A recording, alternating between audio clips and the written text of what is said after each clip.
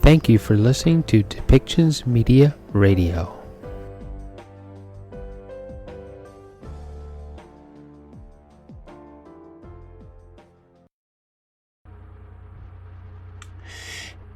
And next up, we have Liberal MPs on Parliament Hill talking about public safety, RCMP, and systemic racism. We all know that systemic racism exists, and we are looking to see what our government is actually going to do about cleaning up the problem from within the systems and root it out and eliminate the causes and change the effects of systemic racism within our society. Having a committee to study it, to figure out what the roots are of it, is a good step, and part of that step maybe should be going to the public, to those who are actually being marginalized by the systemic racism, and see how it affects their lives. Ask how it affects their lives could be another step. But let's listen to what these particular Liberal MPs actually have to say about what is going on with systemic racism, what the committee has done so far. So let's listen in. Thank you for joining us. I'd like to start by acknowledging that we're on the traditional territory of the Algonquin people. This morning, our committee tabled a report on systemic racism in policing. Our committee began the study almost a year ago, and today we'll share some of the findings. As Vice Chief Terry Teague from British Columbia Assembly of First Nations explained to the committee, and I'm quoting, "In my language, we call the RCMP Nilchukun, which interpreted in our language is those who take us away. The relationship between police officers and the people they serve is fundamentally about trust. This report tries to offer solutions to rebuild trust and advocate for stronger mechanisms to ensure accountability for officers when they violate that trust. The RCMP must have more effective civilian oversight body. To achieve this, we must properly resource and empower the Civilian Review and Complaints Commission for the RCMP, also known as the CRCC, to better hold the RCMP to account. Professor Kent Roach noted that the CRCC is underfunded and underpowered. This is the lack of trust in the CRCC, which is further compounded by the time it takes the RCMP to respond, and the fact that there is no requirement for the RCMP to implement the recommendations of the CRCC. One of the report's recommendations included creating a statutory timeline for responses by the RCMP Commissioner to the CRCC. Dr. Alan Benson, Chief Executive Officer of Native Counselling Services of Alberta, explained the CRCC needs the power to impose sanctions or consequences. Recommendations in this report state that the Commissioner must be legally required to provide a written response indicating actions have been taken concerning the complaint, and if no action is taken, the reasons why. We also know the CRCC needs to be made more accessible to those who may want to file a complaint. The chairperson of the CRCC herself referred to the process of filing a complaint as, quote, excessively bureaucratic and difficult to navigate. According to Dr. Benson, this makes the complaint process, quote, consequently inaccessible for those who might otherwise file. We agree with the chairperson's assessment and want to see the CRCC become a more diverse organization. Chairperson Leahy suggested that consultations with Indigenous peoples and racialized communities will help identify and break down systemic barriers. By properly empowering the CRCC, faith can be restored in the ability to hold the RCMP to account. We've also made recommendations to make First Nations policing an essential service. Many witnesses articulated the need for Indigenous police services to be made essential services and the need for an Indigenous policing framework to be established in order to ensure these services are provided. They must have long-term stable funding. We also were cautioned that unless a change to essential service status also includes sufficient financial resources, First Nations policing would not be a success.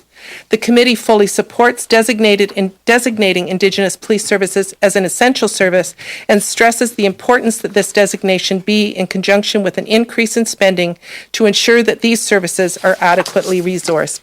I'm going to turn now to our chair of our committee, John McKay.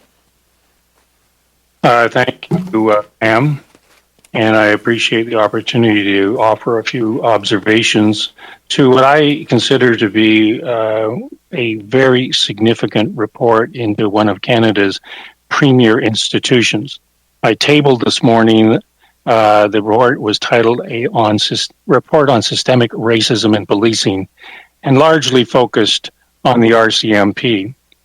Indeed, the Mounties are associated with Canada around the world, and the world associates Canada with the Mounties. However, there is a season and a time for a reckoning for every country and its institutions. This, in my judgment, is a time for Canada to have a reckoning with itself and with its premier institutions. The RCMP was founded as a quasi-military institution, and in some respects has never left that mandate. Canadians, however, are looking for something different, a police service, and therein lies a significant difference. I commend to all those who are reading the report, recommendations number 8 and 9, which encourages the transition from a quasi-military institution to a police service with civilian oversight. Recommendations 1 to 7 deal with the dysfunctional relationship between the Civilian Review and Complaints Commission, CRCC, and the RCMP. Pam was understated in her comments about the dysfunctionality of this relationship. The commissioner for the CRC's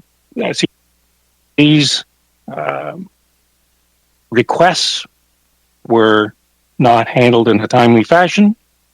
If they were handled at all, they were handled in an unsatisfactory manner, and frequently any requests or recommendations were left to die. This has to stop.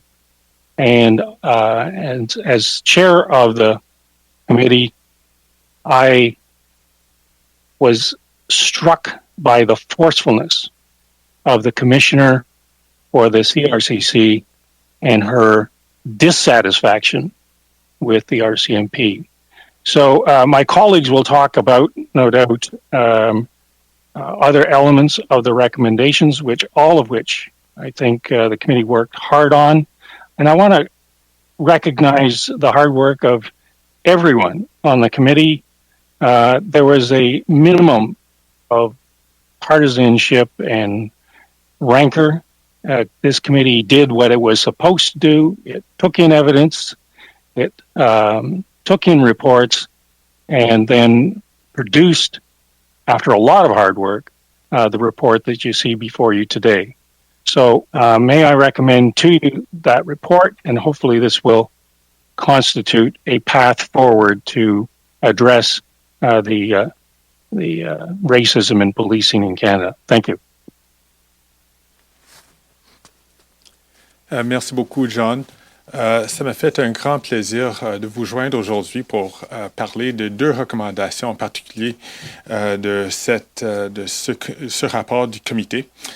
Tout d'abord, les recommandations 41 et 42 qui s'agit de la question de l'importance des données désagrégées. If we are going to fight and combat systemic racism that exists in institutions such as the RCMP, you have to make sure that you're collecting the data necessary to measure where you are. You just simply can't change what you can't measure. And so I'd like to compliment the members of the Public Security Committee, under the chairmanship of Mr. McKay, and all the members who worked very hard to making sure that they heard from witnesses who were particularly concerned about how to ensure that the path forward will lead to less systemic discrimination, anti-Black racism, anti-Indigenous policing that could exist, that does exist in our system. You know, we know that our justice and public security institutions have marginalized Indigenous peoples, Black and racialized people in Canada. The overcriminalization of people of color perpetuates systemic racism and leads to worsening outcomes. We must actively seek better ways to move forward. Our government is committed to building a more inclusive Canada, which means we must seek more effective ways to shape policing. Et si je peux juste citer les deux recommandations qui étaient dans le rapport, qui étaient vraiment importantes, c'est que le gouvernement du Canada s'assure qu'une analyse raciale critique soit appliquée à toutes les données policières désagrégées, fondées sur la race, recueillies afin d'éviter que la façon dont elles soient utilisées, qu'elles sont utilisées plutôt, stigmatisent et marginalisent davantage les personnes racialisées et les autochtones. Ça, c'est une recommandation clé. Et deuxièmement, c'est que le gouvernement du Canada oblige la Gendarmerie royale du Canada à recueillir et à publier les données nationales complètes et désagrégées sur la race couvrant les interactions de la police avec le public. Je peux vous dire que je suis fier que le gouvernement ait déjà entamé du travail dans cette direction. Il faut qu'on continue. Les recommandations de ce rapport vont s'assurer que le Parlement canadien va continuer dans cette même ligne d'action qui est important si on veut vraiment éliminer le racisme avec nos forces policières. Merci. Maintenant, j'aimerais céder la parole à ma collègue de Saint-Laurent, Cartierville, Emmanuela Lambropoulos. Merci, Greg. Ce n'est plus Cartierville, c'est juste Saint-Laurent. Ce rapport est extrêmement important. Et puis, comme on le sait, la police agit en tant que gardien du système de justice pénale et son exercice de discrétion détermine en partie quel comportement sera soumis à la criminalisation. Du moment où les agents exercent leur pouvoir de manière raciste, les décisions qui en découlent vont contribuer aux disparités et à la surreprésentation des personnes racialisées et des Premières Nations dans les instances de la justice pénale. Ces groupes d'individus ont des taux d'incarcération plus élevés. De l'avis d'un témoin, les personnes racisées et les Autochtones font l'objet d'une policière, de l'harcèlement et d'un nombre disproportionné de décisions de culpabilité assorties de lourdes peines. De même qu'ils sont sujets à des traitements hors normes dans des instances correctionnelles. Et d'autres ont témoigné qu'il serait important que les services de police soient représentatifs des populations qu'ils desservent et soient un reflet de celles-ci par la diversité. La collecte de données, comme a parlé mon collègue Greg, c'est extrêmement important car c'est comme ça que nous allons pouvoir trouver des solutions aux problèmes qui existent par rapport à ça. Et nous avons aussi trouvé que la culture de la GRC doit changer. Donc, la GRC, présentement, l'entraînement est un petit peu comme paramilitaire et ça doit changer, ça doit devenir plus professionnel. Et aussi, les gens doivent faire l'entraînement dans les communautés où ils vont servir pour vraiment bien connaître les gens qu'ils vont servir et pour qu'ils puissent faire un bon travail. Donc, c'est ça. Ensuite, de plus, l'Assemblée des Premières Nations a suggéré aussi de former les agents de la GRC localement, et ce, dans l'intérêt de ceux qu'ils servent. De plus, il serait pertinent de mettre aussi en place un collège national de police pour assurer une formation spécialisée, professionnelle et fondée sur des données probantes semblables au modèle employé au Royaume-Uni. L'objectif est de fournir à ceux qui travaillent dans les services de police les compétences, les connaissances et les habiletés nécessaires pour prévenir la criminalité, protéger les citoyens et assurer la confiance du public. Donc, je vais passer la parole à Kamal. Merci, Emanuela. Good morning, everyone. A little over a year ago, death of George Floyd shook the entire world. Knowing full well that Canada is not immune to racism, and after learning the horrifying incidents involving the RCMP and the Indigenous people, my colleagues and I on committee set out to better understand the presence of systemic racism in policing in Canada and the impact it has on Indigenous, Black, and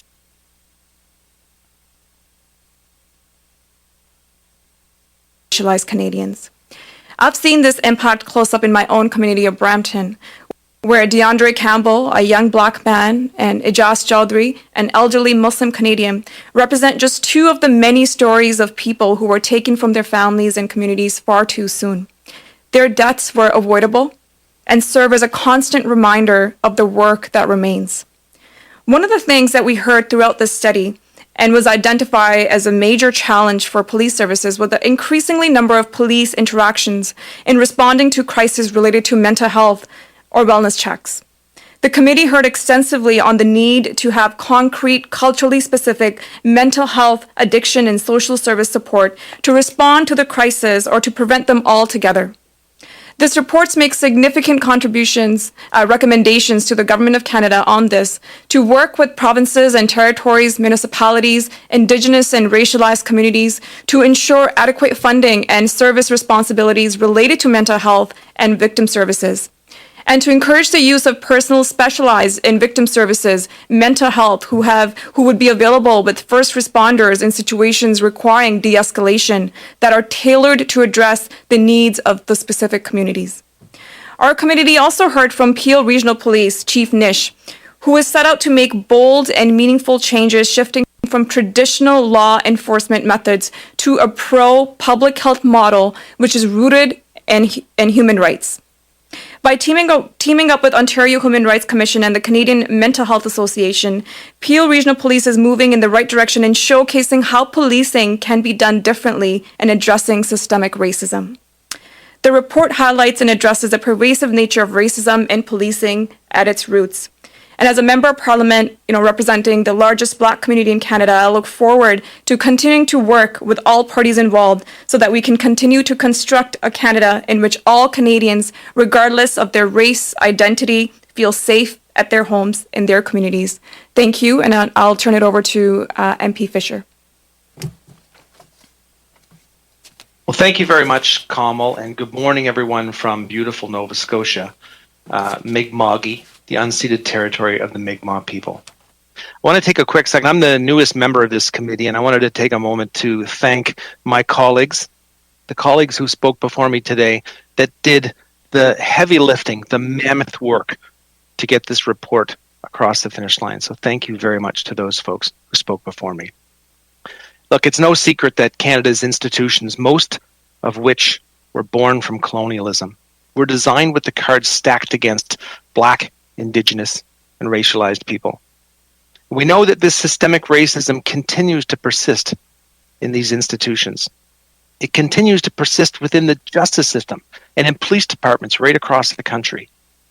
We know that the government has been paying very close attention to this study, and as our government continues to work towards a more inclusive country, we have to ensure that transforming these institutions is at the forefront of that work. The recommendations in this report are meant to be helpful, not only for our government, but for all orders of government and police departments across the country. It's important that all orders of government step up and tackle this issue within their respective jurisdictions. I thank you very much for attending today, and I will pass it over to Pam to wrap up. Thank you. There were 42 recommendations in the report. We have not been able to go through all of them in the limited time. There's training, recommendations around training, increased diversity, and the importance of consultation with Indigenous peoples, Black Canadians, and people of color. We hope that this report will serve as a roadmap and a pathway forward for not only the RCMP but policing services across the country. We feel that a focus needs to be put just as much on human rights as it is on the criminal code, and we're pleased to see that the government has been following our work. We heard from 53 witnesses, we've received 21 briefs, and we'll be pleased to take questions now if anyone has any. And we'll go to the phone for questions. A reminder to reporter, one question, one follow-up. Nous allons au téléphone pour des questions. Je rappelle aux journalistes une question qui sont suivies. Opératrice, avons-nous une première question? Thank you. We have a question from Mia Rabson from the Canadian Press. Please go ahead. Your line is now open. Hi, yes, good morning. Mr. McKay, you talked about being struck by the forcefulness of the chair of the CRCC, and I'm just wondering if you could expand a little bit on what you would like to see. I've seen some of the recommendations, but it seems like one of the biggest issues is that the CRCC recommendations just aren't being implemented whatsoever. I'm just wondering if you could expand on that a little bit. Yes, I've been, as you know, been around the Hill for quite a number of years, sat on quite a number of committees, and it's seldom been my experience that commissioners are anything other than fairly nuanced in their testimony. This was not nuanced testimony. Commissioner, in her frustrations with the responses or non-responses of the RCMP, and I direct your attention to recommendation number 1, that the Government of Canada clarify and strengthen the mandate and independence and efficacy of the Civilian Review and Complaints Commission for the RCMP.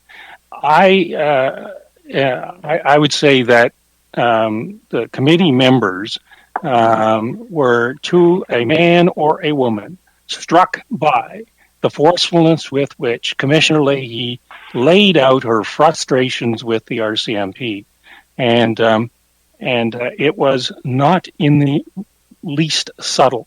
And so you'll take note that the first 7 recommendations deal with the Civilian Review and Complaints Commission, and I would dare say, and that might be job 1 for the government to. And I think that should be a very high priority for the RCMP to respond in a timely fashion to complaints that are submitted through the CRCC. Thank you. And I'm also wondering. Sorry, could I add something to that? Sure. I was just going to say, you don't have to look too far to just see an example of that with the Colton Bushy's family, where 2 complaints were being reviewed by the CRCC, and it took far too long for the report to be released by the CRCC, and that was because the RCMP had it in their possession and had not passed it on. So I don't think families should have to wait that long, and I think we all feel that any recommendations that are made must be implemented. Thank you. Can I just ask that when you take to the mic, you identify yourself, because those of us not watching on television. I'm sorry. I'm sorry. That was Pam Demoff speaking. Okay, thank you.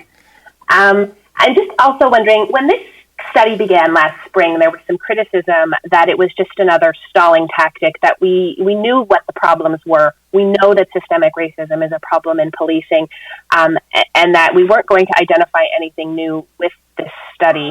Just wondering if a year later, anyone on the committee feels that nothing new was uncovered, or if this really was a beneficial exercise. It's Pam Demoff speaking again. I think what was known throughout the country was that systemic racism exists, and particularly by those who have come in contact with police services across the country.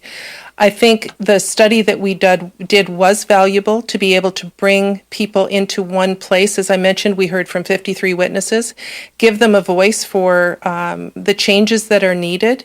And as John has so eloquently stated, that starts with some kind of accountability for the RCMP. Dr. Alan Benson put it very well, that there needs to be accountability, but also, very importantly, there needs to be consequences when people are not behaving doing as they should when they're doing their job. And so and may I, as John McKay again, may I just add to Pam's comments by saying that it's one thing for members of Parliament to have, if you will, an informed newspaper understanding of the issues, even an experiential understanding of the issues.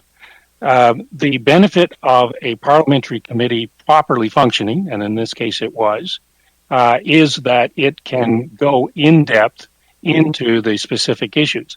And so I, for one, was not aware of the depth of the issues with the CRCC.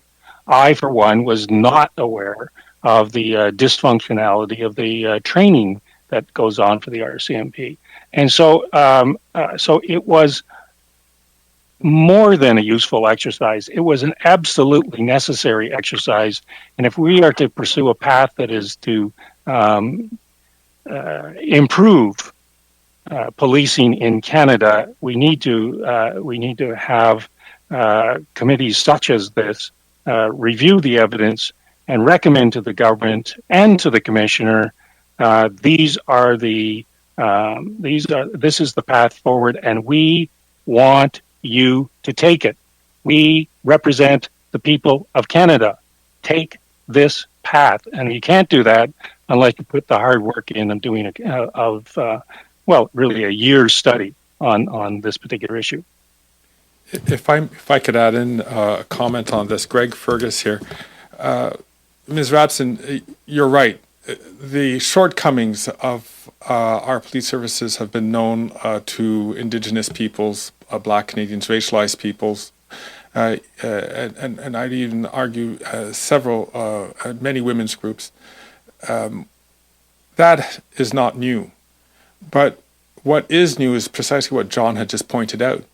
And what's also new is that there's a roadmap now, because of this report, this unanimous report of parliamentarians from all walks of life, have laid out a very clear process forward to make the changes not only in the RCMP, but in police services across the country, which can be inspired by this.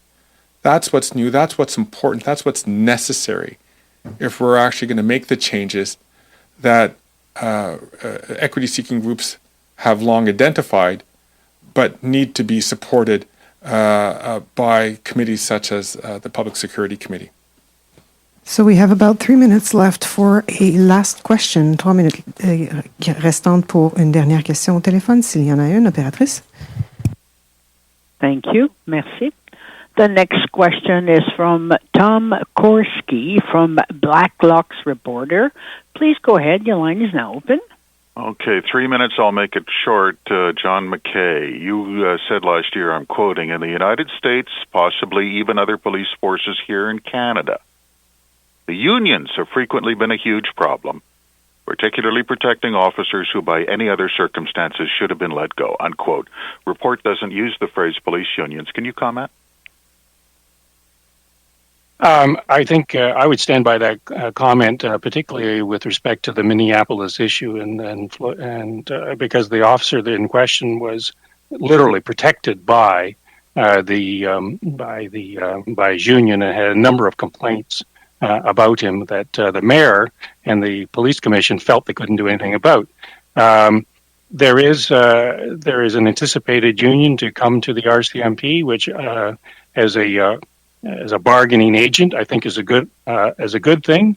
I would be, and this report did not deal with that, may I say, but as a bargaining agent, I think that's quite useful as an agency to protect officers from consequences of malfeasance. That is, I sincerely hope that is not a path that the union and the RCMP go down.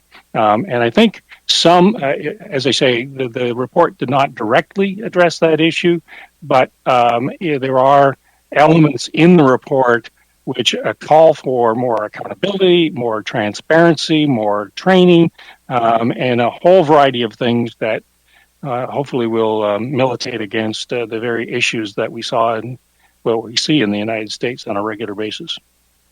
And my follow-up, Mr. McKay, I'll speak very quickly. Senator Bussin, former RCMP commissioner, during the Black Lives Matter protests attended by the Prime Minister, said, I'm quoting her, she said, disturbingly, I see a tendency by some to stereotype equally each and every police officer with the same criminal motives. I'm referring to the wave of hatred and disrespect directed at our police forces. Generally, police are people. They are mothers and fathers. To that point, we see through access to information, not your committee, a 2017 briefing note to Ralph Goodale, 36% of suspects shot dead by the Mounties over a 10-year period were Indigenous. Even the Mounties called it, I'm quoting, disproportionately high. The majority of those suspects who were killed in police custody were not carrying firearms. Your committee did not name names. It did not look at this memo. It did not summon Goodale. Aren't parliamentary committees famous for that? You talk about culture or systemic change. Why not name names just once to avoid what Senator Bussin is referring to, these sort of blanket statements about all police are systemic racists? Why not name names just once? Well, first of all, the evidence is the evidence that we heard, and it was quite extensive. Second of all, we're not here to cast blame, particularly on individual police officers. That is probably beyond the purview of the committee and the parameters of the study. So, and thirdly, I don't know that actually advances the file. We are concerned about the overall systemic issues that permeate through the RCMP and other policing services. Hence, I appreciate that there might be some interest in trying to name names, but I don't think that actually does what we as a committee wanted to do, which is study the overall systemic aspects of this of policing in Canada. It's Pam Demoff. Just very quickly, I think you're missing the forest for the trees if you're focusing on individual officers. There's nothing in this report that says there's systemic racists. It says that the institution themselves have systemic racism, and that's the focus of our study, not on individuals. Thank you. And this concludes the press conference. Ceci met fin la conférence de presse. Merci. Thank you for listening today, and thank you for supporting us with our sponsors. Please go to depictions.media for more information and click on our contact link and let us know how we can help bring your story and help bring us to a better world.